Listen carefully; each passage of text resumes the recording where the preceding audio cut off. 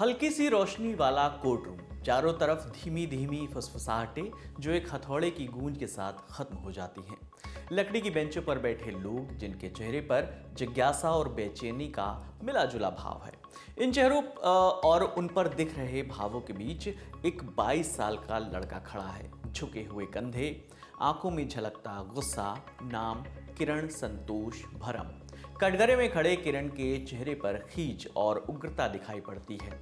गुस्से में वो लगातार लकड़ी की रेलिंग पर अपना हाथ मार रहा है। इस रवैये के चलते कोर्टरूम में मौजूद हर शख्स की नज़र किरण पर है। इतने में किरण झल्लाकर उठा और जज पर चप्पल फेंक दी। अब दो तरह के सवाल आते हैं।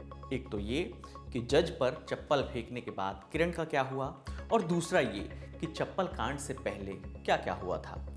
तो पहले आपको दूसरे सवाल का जवाब देते हैं। 22 साल का किरण संतोष भरम महाराष्ट्र के ठाणे में रहता है। न्यूज एजेंसी पीटीआई की रिपोर्ट के मुताबिक किरण पर हत्या का केस चल रहा है, जिसकी सुनवाई ठाणे के सेशन कोर्ट में चल रही है। इसी सिलसिले में किरण कोर्ट के सामने पेश हुआ।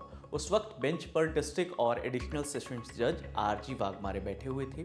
उन्हीं के सामने किरण ने दरख्वास्त की कि उसका केस किसी और कोर्ट में ट्रांसफर कर दिया जाए। हालांकि इसकी एक औपचारिक प्रक्रिया होती है, ऐसे ही मौखिक रूप से बोलने से केस ट्रांसफर नहीं हो जाते।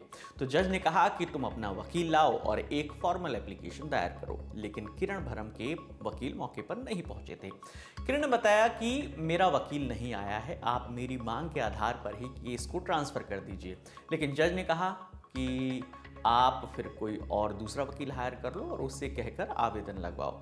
ये कहते हुए जज ने सुनवाई के लिए दूसरी तारीख दे दी। इसका असर किरण पर उल्टा पड़ गया। कोई और व्यक्ति होता तो शायद कोर्ट की बात मानकर वहां से चला जाता, मगर जज की बात से किरण भरम का गुस्सा और बढ़ गया। एक तो उसे इस बात की नाराजगी थी कि उसका केस ट्रांसफर नहीं हो रहा है, दूसरा उसके वकील नहीं आए तो उसकी बेचैनी बढ़ गई, और फिर अब जज ने उसकी मांग खारिज कर दी तो उसे अगली तारीख भी मिल गई और नया वकील लाने को कह दिया। इन सब से उसका गुस्सा बेकाबू हो गया। गुस्से में भरम ने अपनी चप्पल उतारी और उठाकर फेंकी, जो हवा में घूमती हुई जज के डाइस के पास लकड़ी के फ्रेम से जाकर टकराई। कोर्ट रूम में एक पल के लिए एकदम सन्नाटा छा गया। फुसफुसाहटें अचानक खामोशी में बदल गई। चप्पल अपने निशाने तक तो नहीं पहुंची, लेकिन इस हरकत ने भरम को एक बड़ी मुसीबत में डाल दिया। ये हुई पहले की बात। अब आपको बताते हैं पहले सवाल का जवाब कि आखिर जज पर चप्पल फेंकने के बाद किरण भरम का क्या हुआ। इस हरकत के बाद किरण को कोर्ट रूम से बाहर ले जाया गया। फिर पहले से चल रहे हत्या के मुकदमे के साथ साथ किरण संतोष भरम पर एक और मामला दर्ज हो गया।